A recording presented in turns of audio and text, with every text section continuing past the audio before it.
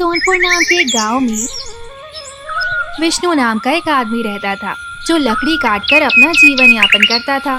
वह अपनी पत्नी के साथ रहता था। जलाऊ लकड़ी से होने वाली कमाई पर्याप्त नहीं थी। भोजन और कपड़े की हमेशा ही कमी रहती थी। एक दिन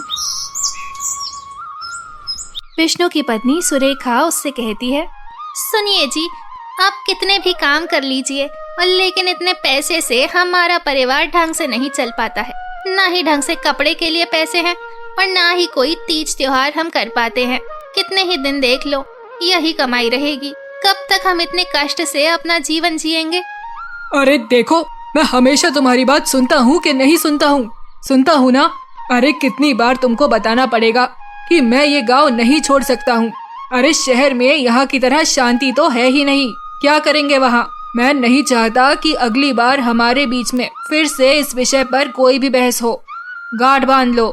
ठीक है, तुम्हारी जो मर्जी हो वो करो। खाना बन गया है, खाओ और जाओ। भोजन के बाद विष्णु लकड़ी काटने चला जाता है। मुझे एक बड़ा सा पेड़ चाहिए जिससे मुझे ज्यादा लकड़ी मिले, लेकिन मुझे एक भी पेड़ नहीं मिला। अच्छा, वह एक पेड़ है, लेकिन ये तो काफी छोटा है। इससे मेरा क्या ही होगा? अब कुछ नहीं मिल रहा है। चलो ठीक है, आज के लिए इसी से काम चलाना पड़ेगा। चल विष्णु, शुरू हो जा। फिर विष्णु लकड़ी काटने लग जाता है, पर लकड़ी काटते हुए उसकी कुल्हाड़ी उड़कर एक मधुमक्खी के छत्ते में लग जाती है। फिर वह परेशान होकर कहता है, हे भगवान, ये क्या हो गया? अब तो ये मधुमक्खी मुझको छोड़ेंगी नहीं। मैं क्या कर दिया? अब मुझे जल्दी से यहाँ से भागना चाहिए। हाँ, यही ठीक होगा। इतना कहकर विष्णु वहाँ से जाने लगता है। फिर पीछे से आवाज आ जाती है, नामुराद लड़के, तुमने मेरा तपस्या भंग कर दिया। मैं यहाँ पर पिछले 5 सालों से तपस्या कर रहा था।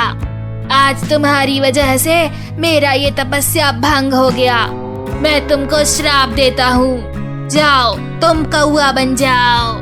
नहीं नहीं गुरुदेव, मुझे क्षमा कर दीजिए। मैं आपको नहीं देखा था। वह तो गलती से मेरा कुल्हाड़ी उड़ के उस मधुमक्खी के छत्ते में लग गया।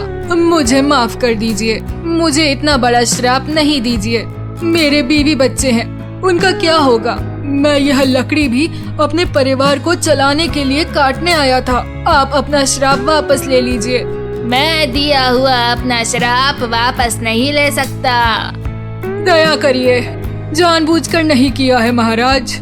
गलती से हो गया है, माफ कर दीजिए। कृपया कर दीजिए, इस श्राप को वापस ले लीजिए। मैंने क्रोध में आकर तुम्हें श्राप दिया है क्योंकि तुमने मेरी तपस्या भंग की।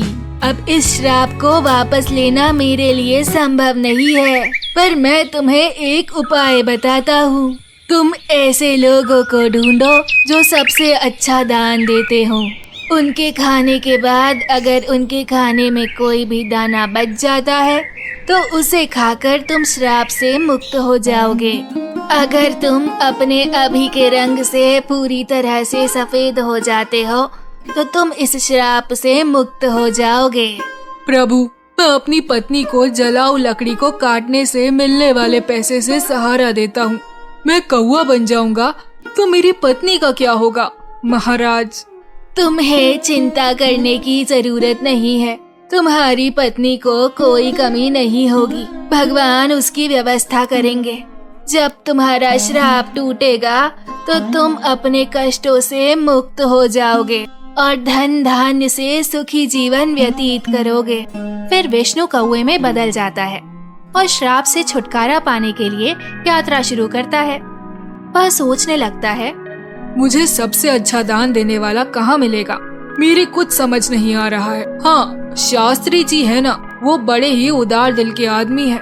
वह तो खुद भूखे रहकर दूसरों को खाना खिलाते हैं। कई बार उन्होंने तो मुझे भी खाना खिलाया है। उनसे बढ़कर नेक दिल इंसान तो कोई नहीं हो सकता। मैं शास्त्री जी के यहाँ भोजन करके ठीक हो जाऊंगा। विष्णु कौवे के रूप में शास्त्री जी के घर जाता है। वहाँ शास्त्री जी खाना खाने बैठे थे और भगवान को धन्यवाद कर रहे थे। हे भगवान, मैं सच में बहुत संतुष्ट हूँ। आपने मुझे उन सभी को खाना खिलाने की शक्ति दी जो आज यहाँ आए थे, और मैं आपसे इतना ही आशीर्वाद चाहता हूँ कि जब तक मैं जिंदा रहूँ कोई भी भूखा व्यक्ति को अपने दरवाजे से खाली पेट ना भेजना पड़े। शास्त्री जी के खाना खा लेने के बाद उनकी पत्नी ने उनके खाने का पत्तल बाहर फेंक दिया। विष्णु कौवे के रूप में वहां आया और शास्त्री जी के खाने की पत्तल पर बचा हुआ खाना उसने खा लिया। खाना खाते ही उसका आधा शरीर तुरंत सफेद हो जाता है और वह सोचने लगता है, मुझे लगा ही था कि शास्त्री जी बहुत उदार व्यक्ति हैं। मुझे तुरंत ही श्राप से मुक्ति मिल गई, लेकिन पूरी तरह श्राप से मुक्त होने के लिए किसी दूसरे आदमी को ढूंढना होगा। कोई आसपास ही मिल जाए तो मुझे श्राप से मुक्ति मिल सकती है। अगर दिए गए श्राप से मुझे मुक्ति मिल जाती है तो मैं ऋषि के कहे अनुसार श्राप से मुक्त होने के बाद धन और सुख के साथ रहूंगा। मैं चाहे कितने भी साल लकड़ियां काट लूं, कभी भी इतना बड़ा तो नहीं बन पाऊंगा। यह तो मेरे साथ बहुत ही अच्छा हुआ। मुझे श्राप देने के लिए बहुत बहुत धन्यवाद महाराज, बहुत बहुत धन्यवाद। ऐसा कहकर विष्णु दूसरे आदमी को खोजने लगता है। एक दिन जमींदार एक आदमी को वस्त्र और आभूषण दान कर रहा था। वहाँ से दान लेने वाले किशोर वस्त्र आभूषण लेकर जमींदार के बारे में कहते हैं, कितना पवित्र आदमी है, और ऐसा वो मेरे साथ ही नहीं, वो कई लोगों के साथ ऐसा कर रहा है। ऐसे लोगों को आशीर्वाद मिलना चाहिए।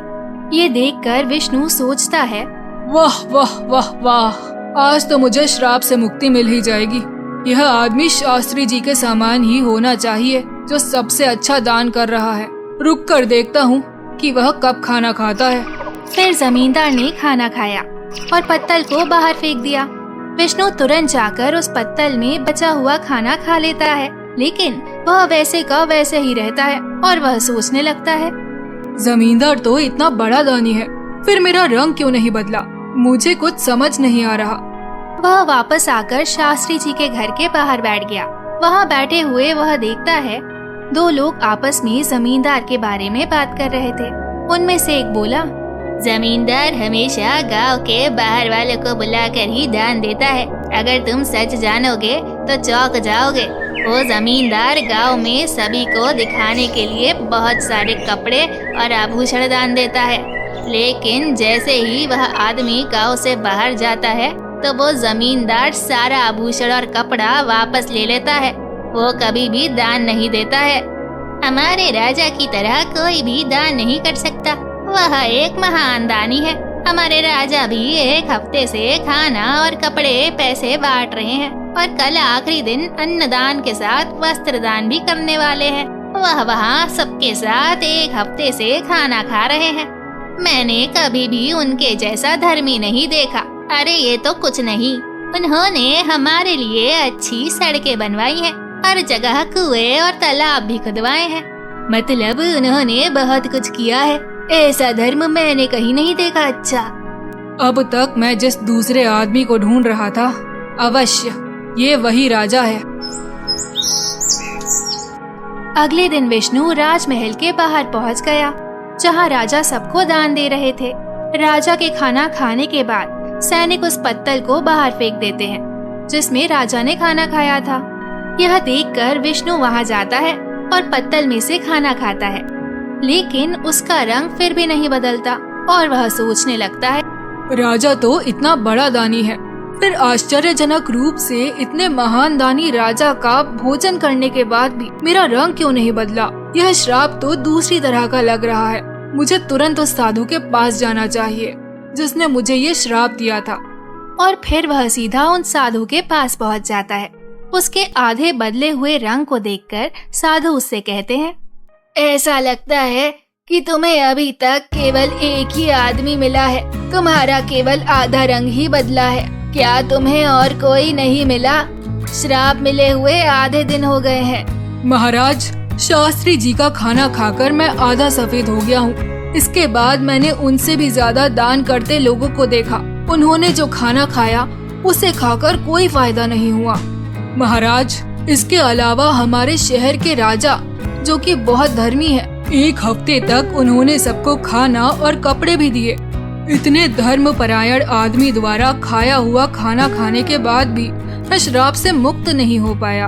महाराज, इसमें कुछ रहस्य है जो मुझे समझ नहीं आ रहा है।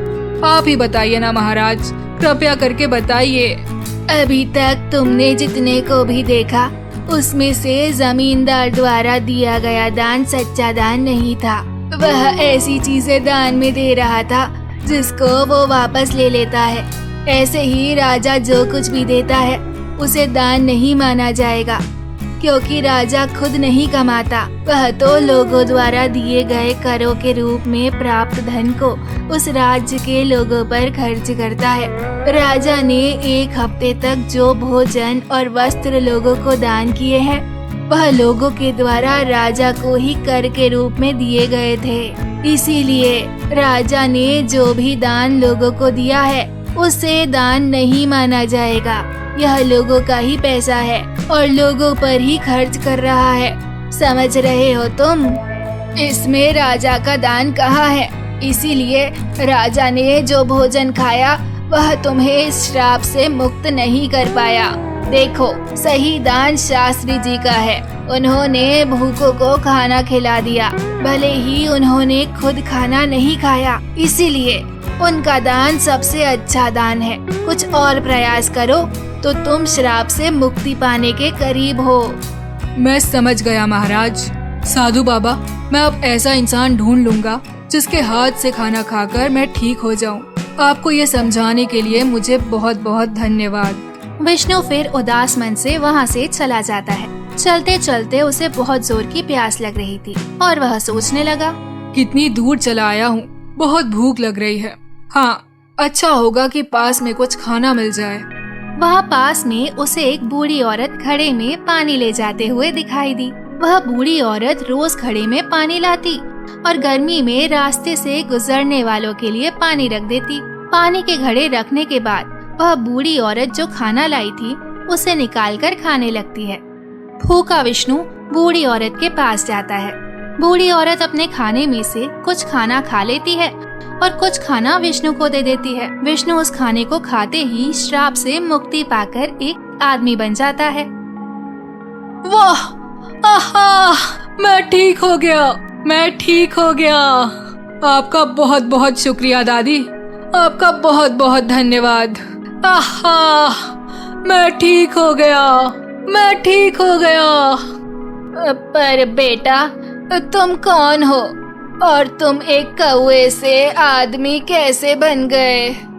फिर विष्णु पिछली सारी बात उस बूढ़ी औरत को बताता है और बूढ़ी औरत खुश होकर कहती है, जाओ बच्चे, तुम खुश रहो और इस घटना से तुम्हें एक सबक सीखना चाहिए कि हमेशा सभी की मदद करनी चाहिए, जिससे हमारा जीवन खुशी पूर्वक बीते, कोई दिक्कत नहीं आएगी। फिर उसने उस बूढ़ी महिला को धन्यवाद किया और वापस लौट आया। ऐसे ही चलते चलते विष्णु अपनी पत्नी के पास गांव पहुंच जाता है और अपनी पत्नी से कहता है, अरे भाग्यवान, सुनती हो, मैं आज एक सबक सीख कर आया हूँ। तुम्हारे साथ ऐसा क्या हो गया जो तुम सबक सीख कर आए हो और सुबह के गए गए आज शाम को आए हो, और लकड़ियाँ कहाँ है? फिर विष्णु सुरेखा को सभी घटना बताता है, जिससे सुरेखा भी परेशान हो जाती है। जी, आप पिछले जन्म में जरूर कोई नेक काम किए होंगे जिससे कि आपका श्राप हट गया। जैसे कि साधु बाबा ने बोला था कि हमारे घर में धन दौलत की बरकत होगी, तो इस धन दौलत से हर एक गरीब लाचार लोगों का हम दोनों मिलकर सहायता करेंगे। सुरेखा, तुमने तो मेरे मन की बात बोल दी। मैं भी यही सोच रहा था। हम दोनों मिलकर पूरे गांव में सभी की सेवा करेंगे, जिससे हम भी एक नेक इंसान बन सके। फिर धीरे धीरे विष्णु के घर में धन दौलत की बरकत होने लगती है। उसी से वह दोनों पति पत्नी सभी लाचार लोगों की मदद करते हैं और खुशी से रहने लगते हैं।